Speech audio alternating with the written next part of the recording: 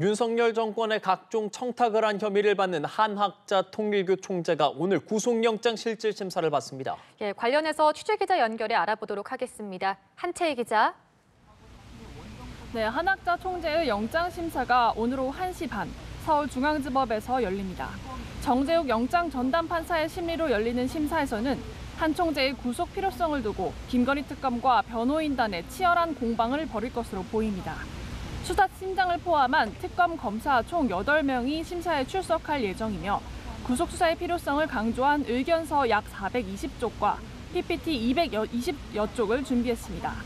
특검은 한 총재가 3차례 출석 요구에 불응하다가 공범인 국민의힘 권성동 의원이 구속된 뒤에야 이미 출석하는 등 수사에 비협조적인 태도를 보인 점 등을 들어 구속이 필요하다고 주장할 것으로 보입니다.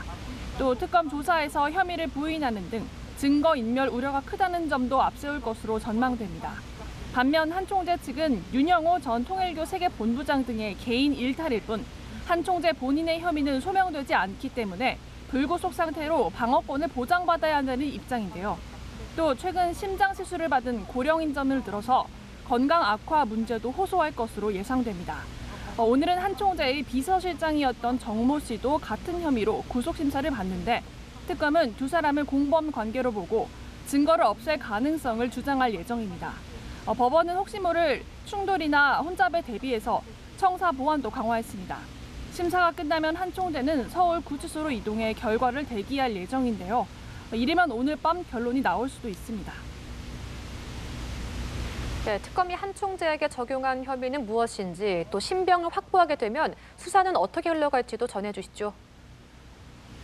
네, 특검이 한학자 총재에게 적용한 혐의는 크게 4가지입니다. 한 총재는 윤 전 본부장과 공모해서 지난 2022년 국민의힘 권성동 의원에게 윤석열 정부의 통일교 지원을 요청하며 1억 원대의 불법 정치자금을 전달한 정치자금법 위반 혐의를 받고 있습니다. 한 총재는 청탁금지법 위반 혐의도 받고 있는데 같은 해 건진법사 전성배 씨를 통해 김건희 씨에게 그라프 목걸이 등 8천만 원 상당의 청탁용 선물을 건네는 데 관여한 혐의입니다. 이 과정에서 교단 자금을 사용했다는 업무상 횡령과 자신의 해외 원정 도박 수사를 무마하려 했다는 증거인멸 교사 혐의도 적용됐습니다.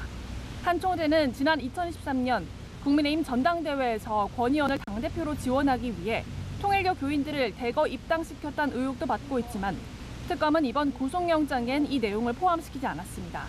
특검은 국민의힘 압수수색을 통해 확보한 명단을 분석 중인 가운데 추가 수사를 통해 혐의를 보강할 예정입니다. 앞서 특검은 윤 전 본부장과 건진법사 전 씨, 그리고 권성동 의원의 신병을 모두 확보한 바 있습니다. 이번에도 통일교 정점인 한 총재의 신병을 확보하게 되면 정교 일치 관련 수사의 퍼즐을 맞추는 데 속도를 올릴 것으로 보입니다. 하지만 영장이 기각되면 통일교의 국민의힘 입당 의혹 등 윤석열 정권과의 유착 의혹에 대한 수사 동력은 약해질 수도 있습니다. 지금까지 서울중앙지법에서 연합뉴스TV 한채입니다.